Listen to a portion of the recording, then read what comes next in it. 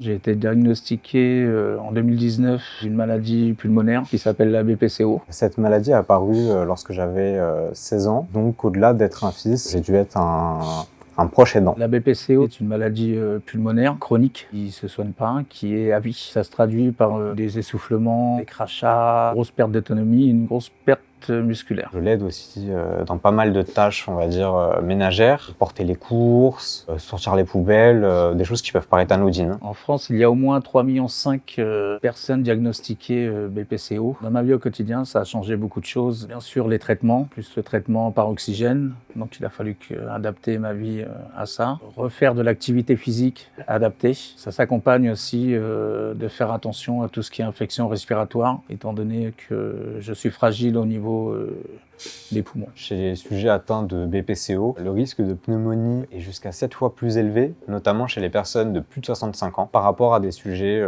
sans facteur de risque. C'est une maladie qui est peu connue, pas assez diagnostiquée. Donc c'est important d'en parler pour faire de la prévention, afin qu'elle soit diagnostiquée surtout dans les premiers stades. Pour moi, la figure de mon père, qui était quelqu'un de très solide, est passée de cette personne à quelqu'un de très vulnérable. J'essaie de l'aider autant que possible. Mettre un masque quand j'ai des soupçons, être à jour sur mes vaccins. Je me lave les mains assez régulièrement, ce qui est un geste assez anodin, mais qui permet un maximum de limiter les risques de transmission. Au-delà des gestes barrières, bien sûr, il y a les vaccins, il y a la grippe, le Covid, le pneumocoque. Steve n'est peut-être pas conscient de ça, mais il m'aide aussi beaucoup sur le plan psychologique. On parle énormément, il connaît tout de la pathologie. Avec mon père, on a toujours une relation assez fusionnelle. C'est un peu dans la continuité de juste être là, d'être présent quand il va mal. Plutôt fier de mon père. Il a fait les choses pour s'en sortir et il est du coup aussi président d'une association qui s'appelle Appel d'air pour les gens atteints de maladies chroniques respiratoires. Je continuerai à me battre